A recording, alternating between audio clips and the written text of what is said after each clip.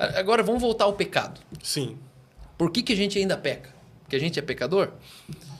Isso aqui é interessante, muito interessante. Depois que conhecemos a Cristo, viemos para Cristo, Nascemos de novo, queremos e viver o pecamos. Evangelho. Não somos pecadores, mesmo pecando? Isso, não. Por que não? Porque nós não somos o que nós fazemos. Nós somos daquilo que nós nascemos. Então, tem que cuidar que o humanismo, ele fala que você é o que você faz. Ele te rotula pelo que você faz. Nós nunca vamos ser o que nós fazemos. Nós somos o que Deus diz que nós somos. Agora, se pecar não faz de mim um pecador, eu preciso entender que eu sou santo, eu sou puro, eu sou perfeito. Você sabia que você é perfeito? Nós somos perfeitos. E as pessoas estão escutando de púlpito toda vez. Porque, amados, ninguém é perfeito. Vai tomar banho, cara. Como que ninguém é perfeito? Porque se você diz que alguém não é perfeito, você está dizendo que o Criador errou. Só que percebe que ele está querendo dizer assim, ó, ninguém faz perfeito.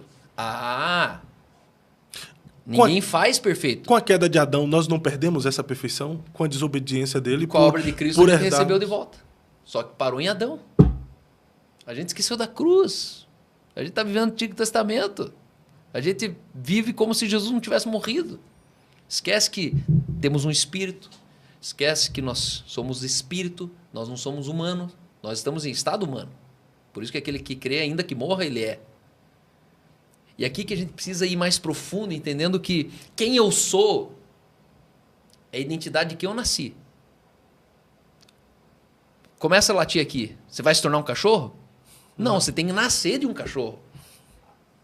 Então, você passar latindo aqui, ó, você vai no shopping, hoje tem uns malucos já, né? Tem. Segurando... Na coleira, que se identifica com... Se passar alguém latindo aqui e vier alguém atrás e falar, ô, vocês viram um cachorro? O que você vai falar?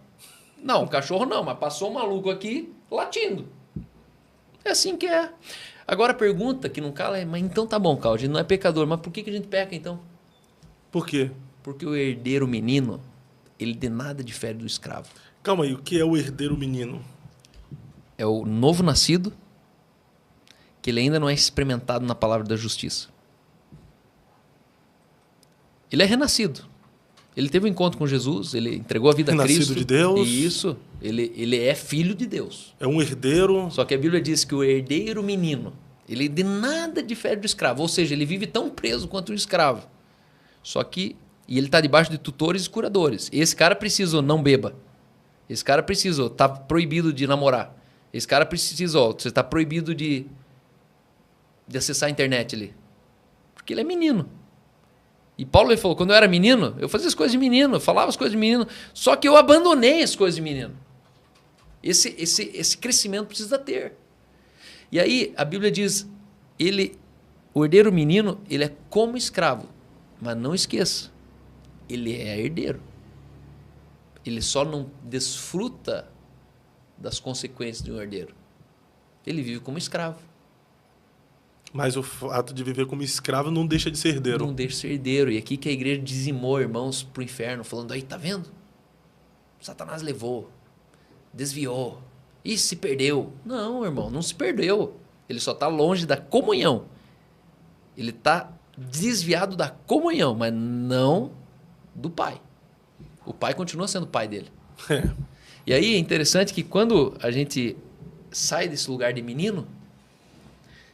Você tem quantos anos? Eu tô com 32. 32. Você peca mais nos últimos 2 anos ou mais quando você tinha de 15 a 20 anos? Ixi, eu acho que... Pecados assim, pensamento... não, eu acho que nos últimos 2 anos... Você peca mais nos últimos 2... Você fez mais cagada nos últimos 2 anos ou dos teus 15 aos 23, 24? Eu não consigo. Mas eu acho que dos 15 aos 20 eu aprontei demais. Isso. Por quê? Porque você deixou de ser burro. Com 32 você já percebeu que várias coisas não vale a pena fazer, que não faz sentido nenhum. A gente pensa mais. As pessoas ainda pecam no reino de Deus pela imaturidade. Ponto final. Só.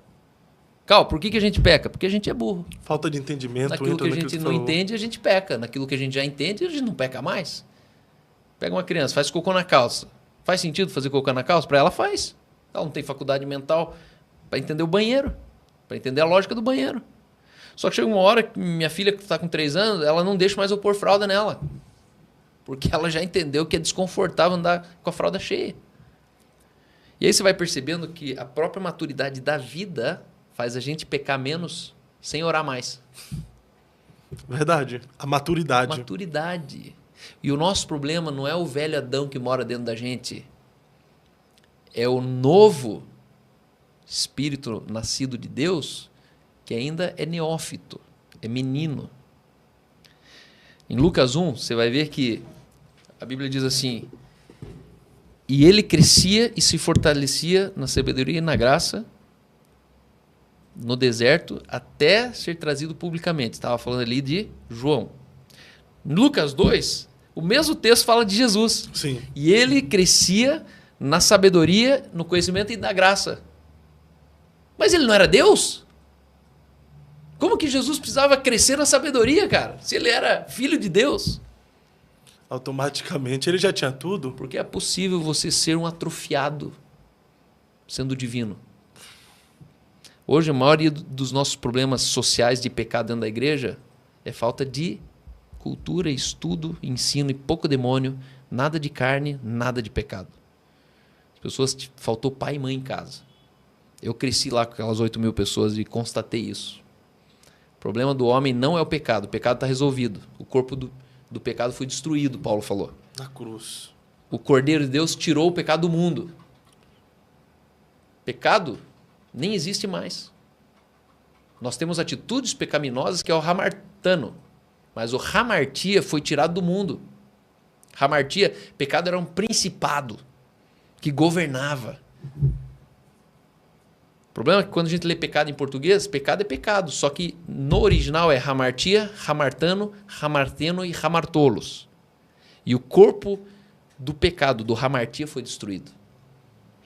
Adão, ele liberou que o pecado reinasse pela morte.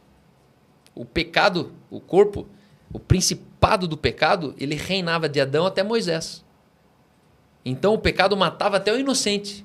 Aí Deus levanta Moisés e fala: ei, pega 10 mandamentos e quem entrar debaixo do guarda-chuva de 10 mandamentos, ele se resguarda do pecado. O pecado não tem poder sobre ele. Aí de Adão, ele levou, de Moisés, ele levou, a lei levou a gente até Jesus. E aí vem Paulo e fala: não, vocês foram resgatados debaixo da lei. Qual que é o sentido de a gente ensinar para os nossos filhos 10 mandamentos hoje? Coisa mais... Não vou falar, é muito pesado. Mas a coisa é ignorante ensinar 10 mandamentos em casa para os nossos filhos. Não estamos mais debaixo da lei. 10 mandamentos é 10 comportamentos. Você não precisa ser crente para seguir eles. E nem para entender que é certo ou errado, né? Se você nasce de novo, agora você tem o teu instinto curado. Por exemplo, você entra no mercado e fala assim: não vou roubar, não vou roubar, não vou roubar, não vou roubar. Daí você sai e fala: ufa, não roubei. Não. Você entra no mercado, isso não passa pela sua cabeça. Agora imagine que você pode viver assim com todos os tipos de pecado. O pecado não sobe mais no teu coração.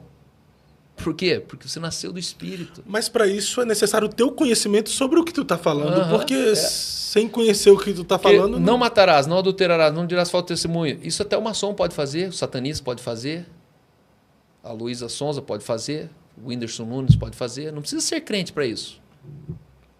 O jovem rico não chegou e bateu no peito? Eu cumpro já os mandamentos. E Jesus estava falando: então, não serve, não é suficiente. Vai e vende tudo. Morra para si.